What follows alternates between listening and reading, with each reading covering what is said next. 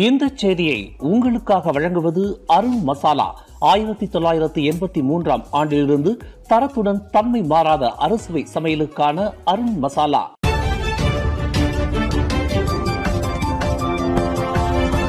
வணக்கம். திசைகளின் ஒரு மணி செய்திகள். பல்கலைக்கழக மாணவி மனிஷா பிரீத் கௌர் படுகொலை, 2 பெண்கள் உட்பட 3 கைது. சைபர் ஜெயா பல்கலைக்கழக மாணவி மனிஷா பிரீத் கௌர் படுகொலை தொடர்பில் 2 பெண்கள் உட்பட 3 போலீசார் கைது செய்துள்ளனர். 20 வயது மாணவி படுகொலை தொடர்பில் போலீசார் நடத்திய தீவிர தேடுதல் வேட்டையில் 2 பெண்களும் ஒரு ஆணும் கைது செய்யப்பட்டதாக செப்பாங் மாவட்ட போலீஸ் தலைவர் ஏசிபி நோரிசாம் பஹாமான் தெரிவித்தார். 19க்கும் 20க்கும் இடைப்பட்ட வயதுடைய அந்த 3 ஜொஹூர் பாருவிலும் நெகிரி சம்பிலான் கமின்சேவிலும் கைது செய்யப்பட்டனர்.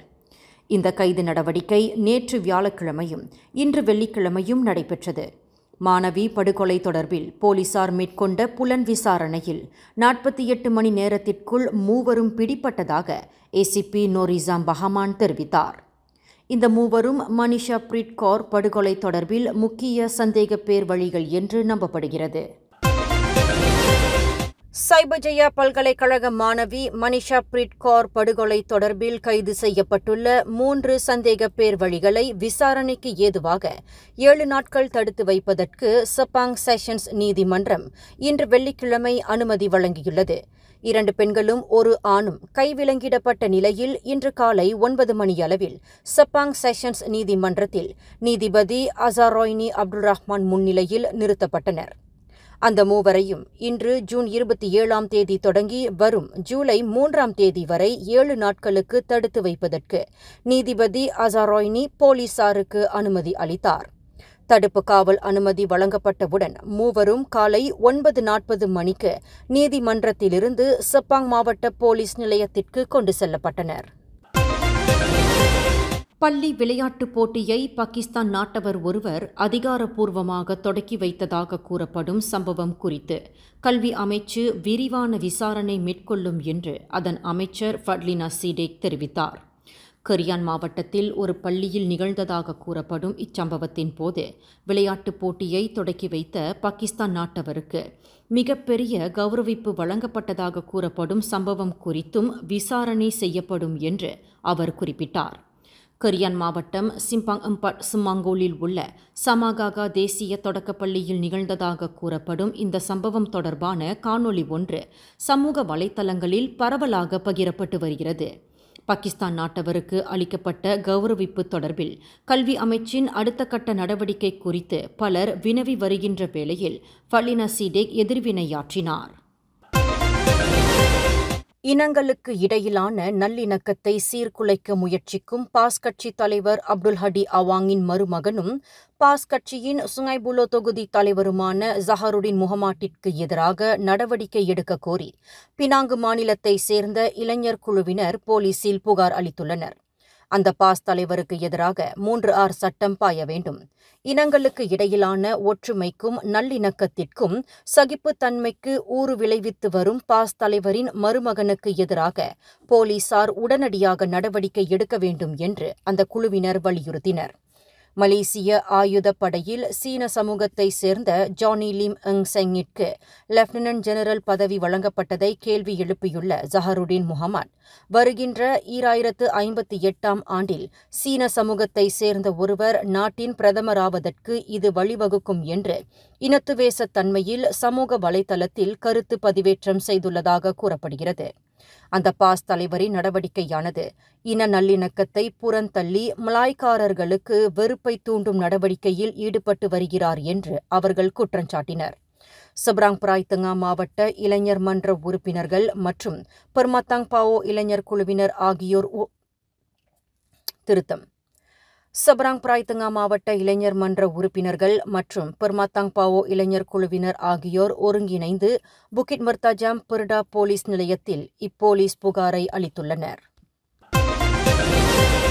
2025ஆம் ஆண்டுக்கான தேசிய அளவிலான தொக்கோம் மல் ஹிஜ்ரா விருதை இஸ்லாமிய சமய விவகாரங்களுக்கான தேசிய மன்றத்தின் முசாக்காரா செயற்குழு தலைவர் டாக்டர் நோஹ் காடோட் வென்றார்.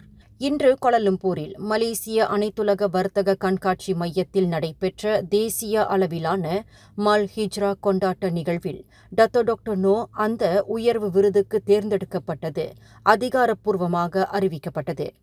மல் ஹிஜ்ரா விருதை மாமன்னர் சுல்தான் இப்ராஹிம் அந்த சமய மன்ற தலைவருக்கு வழங்கி சிறப்பு செய்தார். இந்நிகழ்வில் பிரதமர் டத்தோஸ்ரீ அன்வார் இப்ராஹிம் மற்றும் சமய தலைவர்கள் கலந்து கொண்டு சிறப்பித்தனர். லாரி ஒன்று வேக கட்டுப்பாட்டை இழந்து சாலையோரத்தில் நிறுத்தி வைக்கப்பட்டு இருந்த வாகனங்களை மோதியதில் 7 வாகனங்கள் சேதமுற்றன. இந்த சம்பவம் நேற்று பிற்பகல் 2 மணி அளவில் ஷா அலாம் கிளென்மேரி LRT ரயில் நிலையத்திற்கு அருகில் நிகழ்ந்தது. LRT ரயில் நிலையத்திற்கு அருகில் நிறுத்தி வைக்கப்பட்டு இருந்த அந்த வாகனங்கள் LRT ரயில் பயணிகளுக்கு சொந்தமானதாகும் என்று ஷா அலாம் மாவட்ட போலீஸ் தலைவர் ACP முகமது இக்பால் இப்ராஹிம் தெரிவித்தார். தங்கள் வேலை முடிந்து ரயில் நிலையத்திற்கு திரும்பிய பின்னரே அங்கு நிறுத்தி வைக்கப்பட்டு இருந்த தங்கள் வாகனங்கள் சேதமுற்றதை அவற்றின் உரிமையாளர்களுக்கு தெரியவந்துள்ளதாக அவர் குறிப்பிட்டார். இந்த சம்பவம் தொடர்பில் வாகனங்களின் உரிமையாளர்கள் 7 போலீஸ் புகார் அளித்து இருப்பதாக அவர் மேலும் கூறினார். MPV வாகனம் ஒன்றின் டயர் வெடித்து சாலையை விட்டு விலகி இரும்பு தடுப்பில் மோதியதில் மாது ஒருவர் வாகனத்திலிருந்து வெளியே தூக்கி எறியப்பட்டு உயிரிழந்தார். இந்த சம்பவம் இன்று காலை 7:50 மணியளவில் வடக்கு தெற்கு நெடுஞ்சாலையின் 189.1வது கிலோமீட்டரில் மலாக்கா அருகில் நிகழ்ந்தது. இதில் சிறார் ஒருவர் கடும் காயங்களுக்கு ஆளாகிய வேளையில் இதர 3 சொற்ப காயங்களுடன் உயிர் தப்பியதாக தெரிவிக்கப்பட்டுள்ளது. அந்த டொயோட்டா வெல்ஃபயர் வாகனம் அயர்கரோவிலிருந்து ஜாசீனை நோக்கி சென்று கொண்டு இருந்தபோது இந்த விபத்து நிகழ்ந்ததாக போலீசார் தெரிவித்தனர்.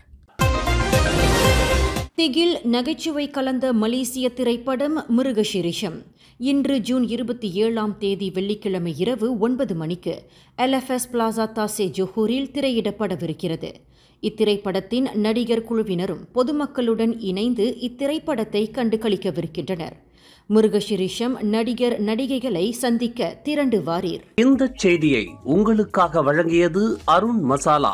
1983ஆம் ஆண்டிலிருந்து தரத்துடன் தன்மை மாறாத அறுசுவை சமையலுக்கு அருண் மசாலா. மேலும் செய்திகளை தெரிந்து கொள்ள கீழே இருக்கும் பெல் பட்டனை அழுத்துங்கள். உங்கள் மகிழ்ச்சியை வெளிப்படுத்த லைக் மற்றும் ஷேர் செய்யுங்கள். தொடர்ந்து திசைகளோடு இணைந்திருக்க சப்ஸ்கிரைப் செய்யுங்கள்.